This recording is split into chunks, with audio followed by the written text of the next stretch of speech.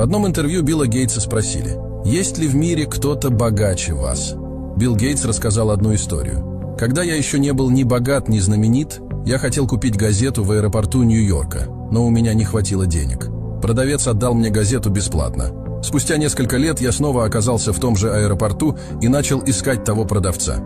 Когда я его нашел, я спросил его, знает ли он меня. Он ответил: «Да, вы Билл Гейтс». Я сказал ему: «Помните, как однажды вы дали мне газету бесплатно? Я хочу отплатить вам за помощь. Скажите, в чем вы нуждаетесь, и я все сделаю для вас». Продавец ответил: «Господин, не думаете ли вы, что ваша помощь не сможет сравниться с моей?»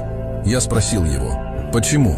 Он сказал: «Я помог вам, когда был бедным продавцом газет, а вы пытаетесь помочь мне сейчас, когда стали самым богатым человеком в мире».